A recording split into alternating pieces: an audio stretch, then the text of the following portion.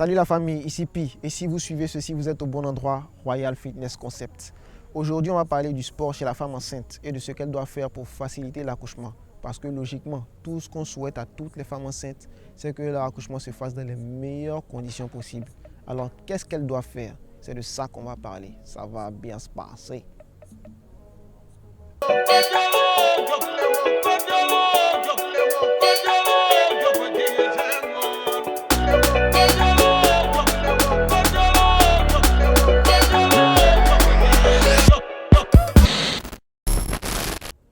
Jusqu'à présent, on se demande toujours si la femme enceinte doit faire du sport, surtout quand on la voit dans son état. Elle a l'air tout le temps fatiguée, les nausées, son ventre qui grossit, tout ça. Mais ce qu'il ne faut pas ignorer, c'est le bon côté, les bienfaits de la grossesse. Ça va améliorer sa capacité à respirer, ça va baisser sa tension et ça va favoriser une meilleure circulation sanguine. Donc on peut dire que la grossesse va mettre la femme enceinte dans les conditions adéquates pour faire du sport. Alors à partir de là, on peut dire que la réponse c'est oui. La femme enceinte peut et doit faire du sport. Si la femme enceinte fait du sport, ça va l'aider à lutter contre la prise de poids, le stress, l'insomnie, les douleurs au bas du dos, les lombaires. Les lombaires, c'est le bas du dos, la constipation, etc. Ça va préparer son périnée à l'accouchement. Ça va préparer aussi ses os et ses muscles. Et c'est tout ça qui va faciliter l'accouchement et ça va accélérer la récupération après l'accouchement. Ça va aussi avoir des bienfaits sur le cœur du bébé. Donc voici un peu pourquoi le sport est recommandé chez la femme enceinte.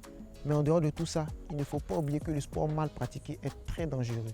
Et chez la femme enceinte, le danger à craindre, c'est le décollement du placenta. Alors, qu'est-ce qu'il faut faire pour éviter le décollement du placenta? Ou qu'est-ce qu'il ne faut pas faire pour éviter le décollement du placenta?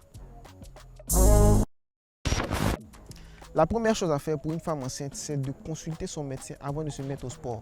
C'est obligatoire et c'est très important. Une fois qu'elle a le OK du médecin, elle peut pratiquer les activités physiques légères comme la marche. Beaucoup le font et c'est ce qui est idéal même. Mais elles peuvent aussi faire des activités telles que le fitness. Tout ce qu'il faut éviter, ce sont les activités avec les risques de secousse. Amusement, on saute beaucoup là.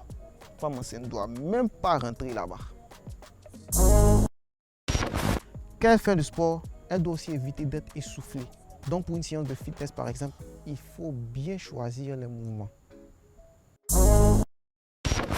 S'il arrive qu'elle ait des saignements au niveau du vagin, des palpitations, des douleurs abdominales ou encore au niveau du bassin, ou même si elle a des difficultés à contenir son urine, à ce moment-là, elle doit arrêter.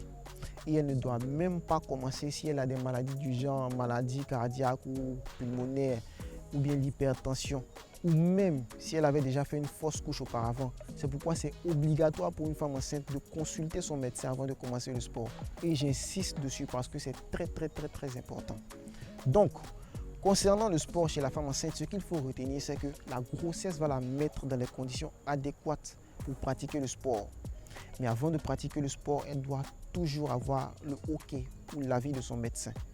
Une fois qu'elle a le OK de son médecin, il faut qu'elle pratique les activités légères. Tout ça pour éviter le décollement du placenta. Je vous invite à liker la vidéo, à cliquer sur s'abonner et à activer la cloche de notification pour ne manquer aucune des prochaines vidéos. Ça va bien se passer. À bientôt.